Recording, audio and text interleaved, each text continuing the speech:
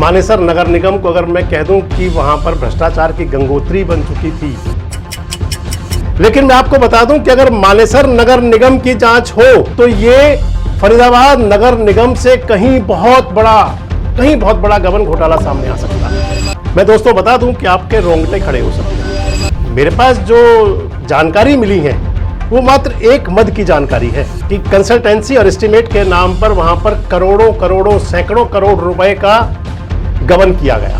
अभी हाल ही में पिछले दिनों मानेसर नगर निगम की कमिश्नर का ट्रांसफर हुआ था। कमिश्नर साहिबा का नाम था रेणु सोगन।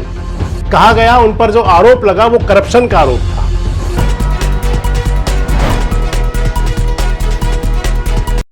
दोस्तों नमस्कार, मैं संजय मग्गू और मौजूद है देश रोजाना के डिजिटल मीडिया मंच पर। आज आपके साथ एक ऐसे विषय को लेकर, एक ऐसे मुद्दे को लेकर चर्चा में हूं जिससे आम आदमी से लेकर खास तक, सामान्य से लेकर विशेष तक, सरकारों से लेकर के और सुविधा भोगी तक सभी कहीं ना कहीं रूबरू हुआ करते हैं। दरअसल मैं आपसे बात करने चला हूं एक ऐसा मसले पर, एक ऐसे विषय पर जो सरकारों के लिए कहने के लिए तो प्रायोरिटी है। सरकारें कहती हैं, आप एक सुना करते रहे होंगे बहुत जरूर, देश के प्रधानमंत्री नरेंद्र मोदी जी कहते रहे कि ना खाऊंगा ना खाने दूंगा, यानी कि करप्शन नहीं होने देंगे। सरकारें, हरियाणा की सरकार हो, केंद्र की सरकार हो, ये भी कहा करती हैं, छोटी सरकारें भी हों भले ही, कि जीरो टॉलरेंस रहेगा भ्रष्टाचार पर, करप्शन को किसी भी कीमत पर बर्दाश्त नहीं किया जाएगा। ये सारी बातें आपने सुनी होंगी। मैं आपको बता दूं कि ये सारी बातें सुनने में तो बहुत अच्छी लगती हैं, लेकिन जब आप सिस्टम में झांकते हैं ना दोस्तों, तो पता चलता है कि आखिर चल क्या रहा है। मैंने आपसे कहा था कि आम से लेकर खास तक, सामान्य से लेकर विशेष तक, वो मैं आपसे इसलिए कह रहा था क्योंकि जिस विषय पर आपसे मैं चर्चा किया करूंगा, आज जिस वीडियो में हूं और अगले 4 दिन आपके साथ रहूंगा, इसी विषय पर बात किया करूंगा आपसे। मैं आपसे जो बता रहा था, दरअसल नगर निकाय संस्थाएं हुआ करती हैं और पंचायती राज संस्थाएं हुआ करती हैं। नगर निकाय संस्थाओं का मतलब हुआ कि शहर के अंदर जो आधारभूत ढांचा, विकास, सब कुछ होना है, वो शहरी विकास नगर निकाय संस्थाएं करती हैं, जिनमें नगर निगम, नगर पालिकाएं, नगर परिषद हुआ करती हैं। और पंचायती राज संस्थाएं यानी कि गांवों के अंदर किस प्रकार से विकास हो, कैसे गांव बढ़े, गांवों का आधारभूत विकास किस प्रकार से हो, ये गांव पंचायतें क्या करती हैं, पंचायती राज संस्थाएं क्या करती हैं। और मैं आपको बता दूं कि ये दोनों ही संस्थाएं ऐसी हैं, चाहे निकाय संस्थाएं हैं, चाहे पंचायती राज संस्थाएं हैं। तीसरा आप सहकारिता समझ सकते हैं। लेकिन मैं बात क्योंकि आपसे इसमें निकाय संस्थाओं की बात करूंगा, तो इन संस्थाओं को अब माना जा सकता है कि ये भ्रष्टाचार की गंगोत्री बन चुकी हैं। जैसे कह सकते हैं कि जैसे तमाम प्रकार के भ्रष्टाचार का संगम हुआ करता है। यहां पर जिक्र इसलिए कर रहा हूं, बात में आपके साथ इसलिए आया क्योंकि अभी हाल ही में पिछले दिनों मानेसर नगर निगम की कमिश्नर का ट्रांसफर हुआ था। कमिश्नर साहिबा का नाम था रेणु सोगन। उनका ट्रांसफर हुआ 30 अप्रैल और 1 मई के बीच में। जब उनका ट्रांसफर हुआ तो ट्रांसफर के पीछे बात चली। कहा गया उन पर जो आरोप लगा वो करप्शन का आरोप था। वहां के एक आकांक्षा एंटरप्राइजेस, एक कंपनी है जो मानेसर नगर निगम के अंदर काम किया करती है, उस कंपनी के जो निदेशक हैं, उस कंपनी के जो कर्ता धर्ता हैं, उनका आरोप था रेणु सोगन मैडम पर कि उनसे मोटी रिश्वत मांगी गई। 25 लाख रुपए से लेकर के और 3 करोड़ रुपए तक की अलग अलग प्रकार से बातें आई सामने। और यह भी कहा गया कि जब उन्होंने रिश्वत की राशि नहीं दी तो उन पर पेनल्टी लगा दी 3 करोड़ रुपए से ज्यादा की। अब आप कहेंगे कि 3 करोड़ रुपए की अगर पेनल्टी लगी तो उनकी बिलिंग कितनी बड़ी होगी। मैं आपको बता दूं, आकांक्षा एंटरप्राइजेस मैन पावर का और सफाई का काम वहां करती थी। खैर, रेणु सोगन का ट्रांसफर हुआ। इधर एक बात और चली, जो रेणु सोगन की तरफ से, या जो कहा जा सकता है, हालांकि सीधे सीधे तो उनकी कोई बात नहीं है, लेकिन कहा गया कि क्योंकि उन्होंने बड़ी भारी पेनल्टी लगाई थी तो शायद इसलिए शिकायत की गई। लेकिन इससे एक बात जरूर सामने आ गई कि भ्रष्टाचार जो है, अगर ठेकेदार पर पेनल्टी लगी तो भी, और अगर आईएएस अधिकारी रेणु सोगन पर, जो कमिश्नर थी, उन पर आरोप लगा तो भी। मैं आपको बता दूं कि रेणु सोगन जी का ट्रांसफर हुआ चंडीगढ़ के अंदर हेडक्वार्टर में। और उनको जो डिपार्टमेंट दिया गया है वो ग्रीवेंस शिकायतों वाला डिपार्टमेंट है, यानी कि प्रशासनिक अमले में कहा जाता है कि खुड्डे लैंड पोस्टिंग। रेणु सोगन जी के साथ साथ उनके पति हितेश मीणा जो गुरुग्राम एडीसी थे, उनका भी ट्रांसफर हुआ, उनको भी चंडीगढ़ भेजा गया। माना जा रहा है जो कार्रवाई थी ये दंड स्वरूप कार्रवाई थी, रेणु सोगन मैडम पर तो हुई, साथ में उनके पति हितेश मीणा पर भी हुई। हालांकि मैं आपको बता दूं कि रेणु सोगन मैडम भी लंबे समय से कार्यरत हैं, पहले एचएसवीपी में थी, उसके बाद वो आई इधर कमिश्नर नगर निगम में मानेसर के अंदर।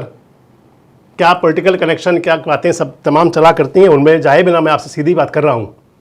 और इधर हितेश मीणा साहब भी लंबे समय से गुरुग्राम के अंदर ही एडीसी थे, इससे पहले वो भी एचएसवीपी के अंदर भी रहे, कुछ समय पलवल के अंदर भी एडीसी रहे थे। ये जो आरोप लगा और उसके बाद में जो उनका ट्रांसफर हुआ, और उसके बाद मुझे मानेसर नगर निगम के मेरे सोर्स ने जो मुझे जानकारियां उपलब्ध कराई, जो मैं आपको आगे बताऊंगा। मैं दोस्तों बता दूं कि आपके रोंगटे खड़े हो सकते हैं। आप सोच सकते हैं उसके बाद में कि अगर रक्षक ही भक्षक बन जाए, जो कहा जाता है, अगर बाढ़ ही खेत को खाने लग जाए तो क्या हो। क्योंकि मेरे पास जो जानकारी मिली है वो मात्र एक मद की जानकारी है, मात्र एक मद के अंदर, कि कंसल्टेंसी और एस्टीमेट के नाम पर वहां पर करोड़ों सैकड़ों करोड़ रुपए का गबन किया गया। उसके अंदर सैकड़ों करोड़ रुपए के गबन की बात है। और सबसे महत्वपूर्ण बात और बता दूं दोस्तों आपको मैं, जो मानेसर नगर निगम है, इसके अंदर जिस गबन की मैं आपसे बात कर रहा हूं, मानेसर नगर निगम 2021 में अस्तित्व में आई थी। उस समय मुख्यमंत्री हरियाणा के मनोहर लाल खट्टर जी हुआ करते थे। मनोहर लाल जी की प्लानिंग थी और बड़ा अच्छा एक उनका इनिशिएटिव था कि अगर छोटी संस्थाएं होंगी, यानी कि हमेशा कहा जाता है छोटे जिले होंगे, छोटे ब्लॉक होंगे, तो लोगों को ज्यादा सुविधा मिलेगी। गुरुग्राम से मानेसर को अलग किया गया। 4 साल तक मानेसर नगर निगम में कोई चुनाव नहीं हुआ। अभी हाल ही में 2025 में चुनाव हुआ, जो अभी हाल ही में नगर निगमों के चुनाव हुए हैं, इसके अंदर मानेसर में भी चुनाव हुआ।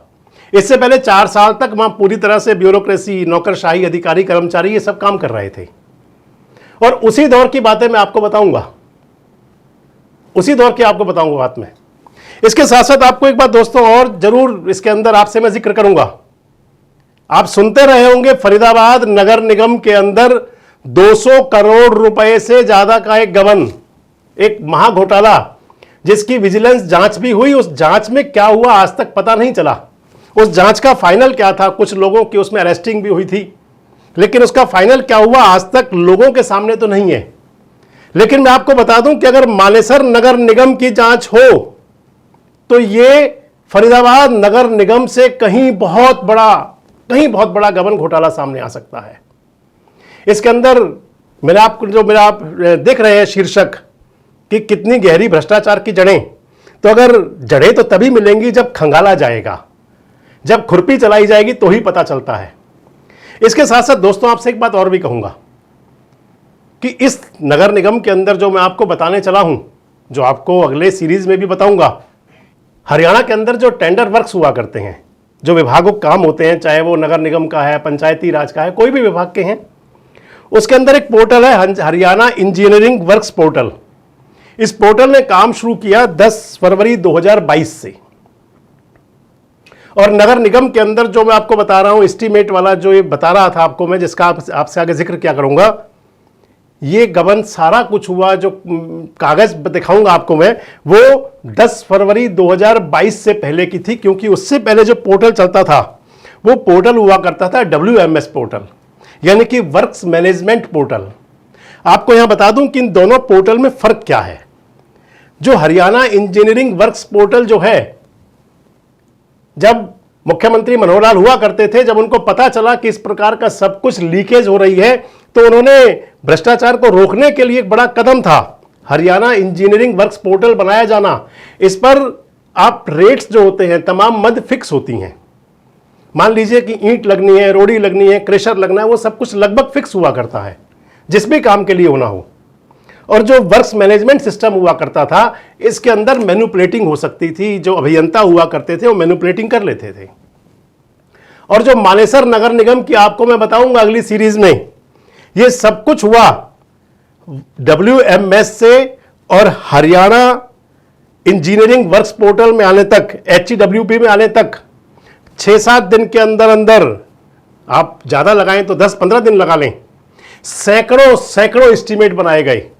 मैं आपको बताऊंगा और आप दांतों तले उंगली दबा लेंगे कि आखिर ऐसा संभव कैसे है जो काम हो नहीं सकता। और आपको बताऊंगा कि इसके अंदर रात रात भर जाग करके हमारे अधिकारियों ने काम किया। जो टाइमिंग्स हैं उसके अंदर, जो डेट्स हैं उसके अंदर दिखाया गया है। हमारे जो अधिकारी हैं, आप भी सोचेंगे कि कितने ज़्यादा मेहनती हुआ करते हैं, कितने ज़्यादा कुशाग्र हैं, कितनी ललक है काम करने की, कि रात को 12-12, 1-1 बजे तक जाग करके बैठ करके काम करते हैं। मैं आपको बताऊंगा इस सारे इंसिडेंट के अंदर जो हुआ, एक और बड़ी चीज गजब की हुई दोस्तों। मानेसर नगर निगम जो है, आप ये चार्ट देख सकते हैं, इसके अंदर जो आज तक कमिश्नर रहे हैं, अभी जो आयुष सिन्हा आए, ये 7वें कमिश्नर हैं नगर निगम के अंदर।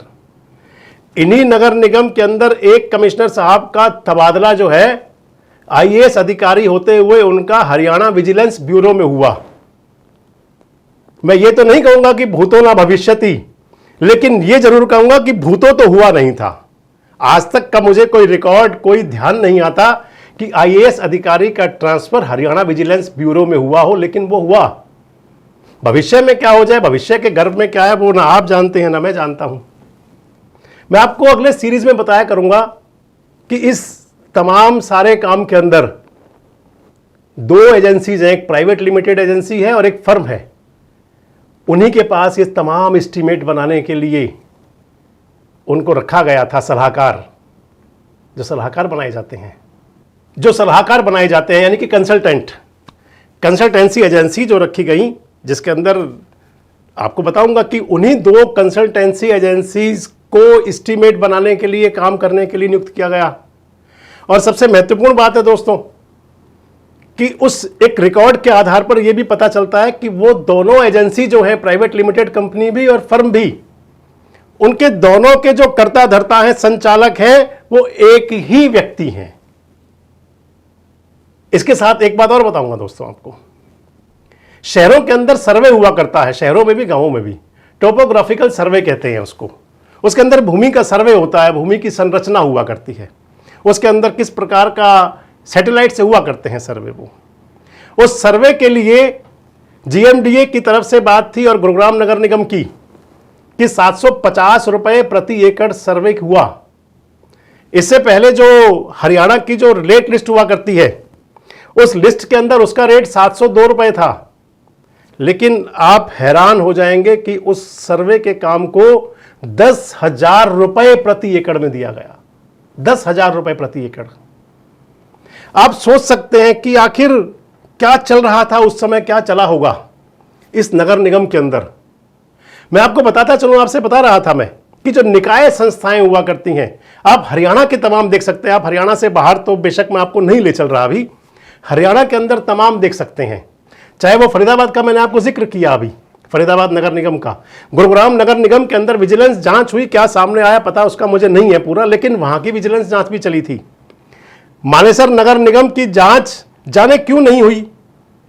अगर क्या सरकार को पता नहीं चल पाया? पता चल पाया तो किसने रोकी? रोकी तो क्यों रोकी?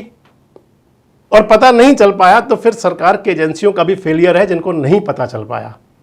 अगर आप और हम इस जानकारी को ले सकते हैं तो फिर सरकार तक तो पहुंचना बड़ा आसान था, लेकिन जानकारी नहीं पहुंच पाई।